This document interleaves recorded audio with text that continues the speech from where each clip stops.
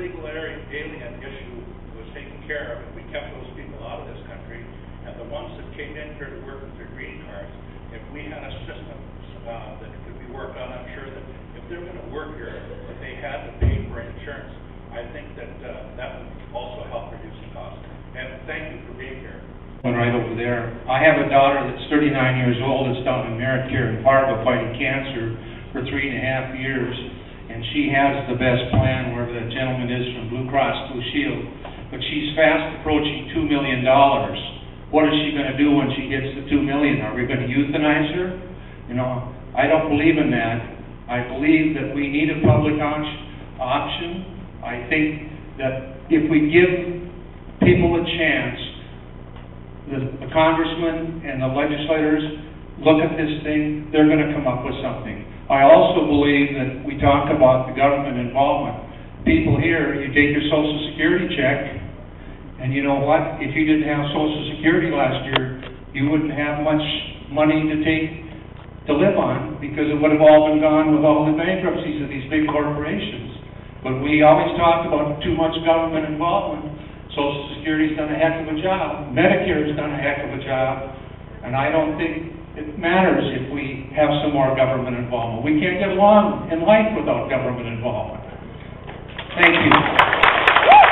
See that as a concern in this, okay, and the euthanasia thing that you've spoken about? There is no such thing as euthanasia. But do you see that as a concern in the area? I don't support euthanasia. No, that's not, do you see that, do you hear that as a concern of the people of North Dakota? Oh, sure.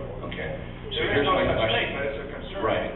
So here's my question. If, in fact, that those aren't a part of this bill, but if they turn out to someday be a part of the bill, I will vote no. Okay, And I will not. but if you vote yes to the bill and it turns out to be that way, could we have the commitment from you to resign from your position?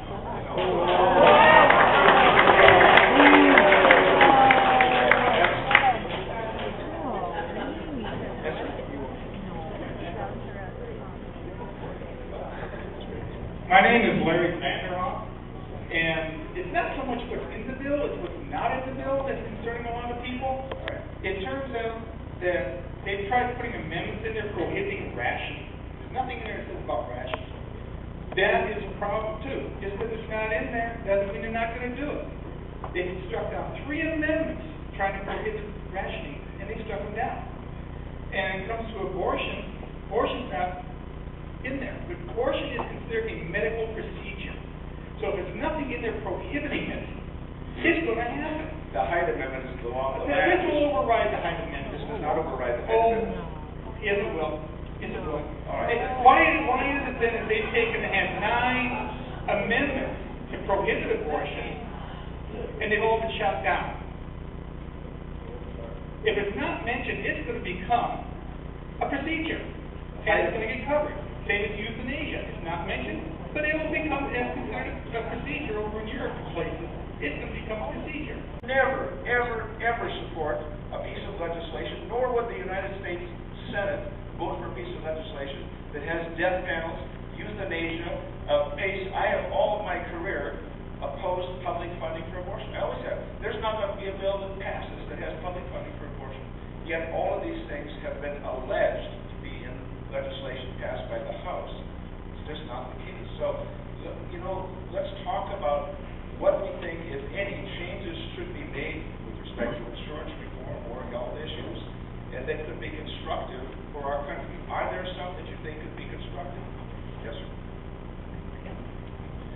Senator Dorgan, my name is Paul. I'm going to change this just a little bit. My name is Stanley Locke.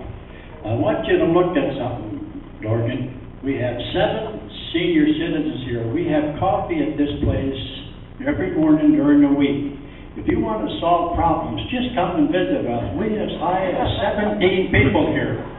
So you can get your problem solved in a hurry. My name is Ray Seibert. My wife accused me of living here. I don't know if that's true or not. And also, you invited Stan to write down his comments. He can't write. I'm sorry. Good morning, Stan. Good morning. My name is Tom Dunham. I've lived in Grand Forks for 25 years. My sweet wife here. I've never been to one of these before.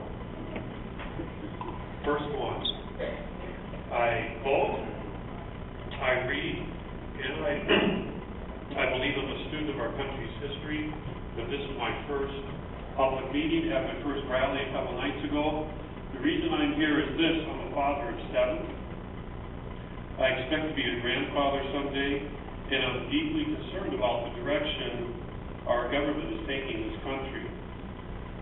And it's not just Democrat Party or Republican Party, it's both. I never thought I'd see a time like this, starting last fall with bailouts, misnamed stimulus packages, cap and trade, which you might as well call it cap and tax, based on absurd, hokey science claims about climate change.